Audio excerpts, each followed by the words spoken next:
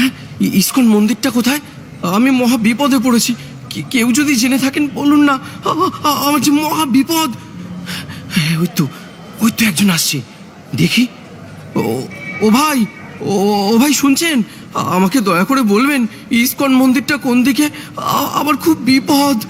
হ্যাঁ, আমি জানি তো, কিন্তু আপনার কিসের বিপদ? প্লিজ প্লিজ, আমি সব পরে বলবো, এখন আমাকে ইসকন মন্দিরে নিয়ে চলুন, খুব খুব তাড়াতাড়ি। আপনি কি কোনো ভয় পেয়েছেন? আরে আসলে আমি ভূত। আরে না না, আমি গীতা। আরে না, মানে আমি জমা নয়। ধ্যাৎ, কি যে বলছি। আরে আরে আপনি তো আগে আমাকে ইসকনে নিয়ে চলুন। দেখে মনে হচ্ছে কোনোভাবে বিচলিত। ঠিক আছে ঠিক আছে, চলুন চলুন।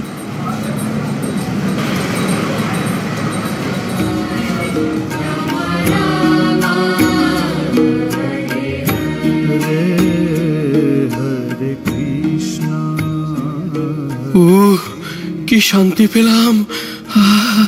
হরে কৃষ্ণ কৃষ্ণ কৃষ্ণ হরে হরে, হরে রাম রাম রাম হরে হরে। প্রভু, ওনাকে দেখে মনে হচ্ছে উনি কোনোভাবে বিচলিত। হ্যাঁ তাই তো। আচ্ছা, আপনাকে দেখে মনে হচ্ছে আপনি কোনো ভয় পেয়েছেন। আর বলবেন না প্রভু, এই প্রাণ নিয়ে জমালয় থেকে ফিরে এলাম, আর আমি গীতা ছাড়া থাকবো না। জানেন, যমরাজ আমাকে এই গীতা পড়তে বলেছেন। তাই? কিরকম? সে অনেক কথা।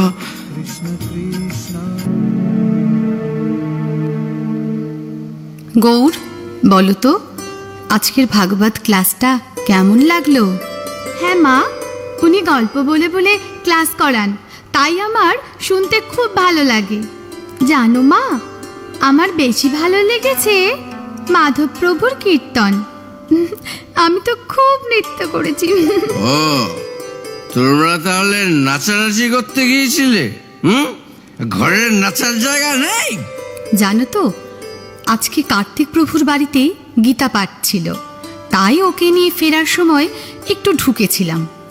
হ্যাঁ বাবা, আমি তো খুব মজা করেছি। তোমার পড়াশোনা নেই? গীতা পাঠ করতে গেছো, কীর্তনে গেছো? যাও, ভেতরে যাও। ওকে এভাবে বলছো কেন? আমরা কি রোজ যাই? আর রোজ গেলেও বা আমরা কি কোনো খারাপ কাজে যাচ্ছি? চুপ, একেবারে চুপ। অন্যায় করে আবার কথা হচ্ছে।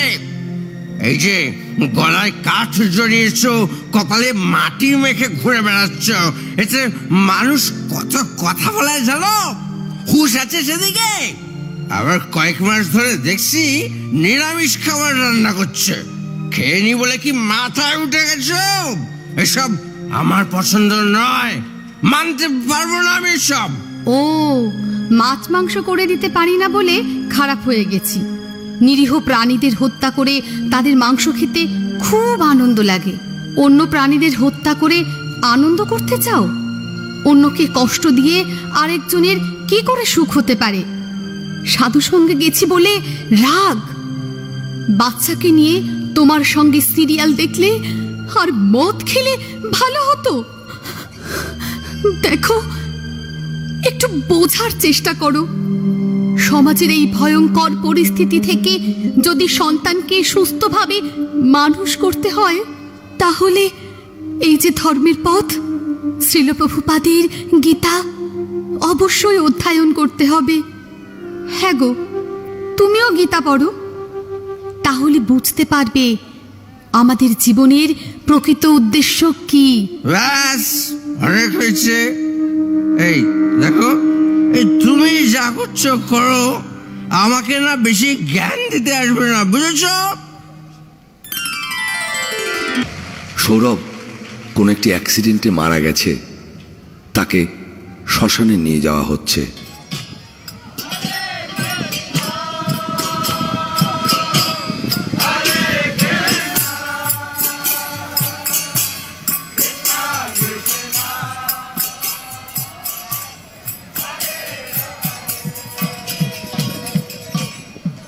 হাততালি হাততালি, ওর বলো হরি, হরি বল, বলো হরি, হরি বল, বলো হরি, হরি বল।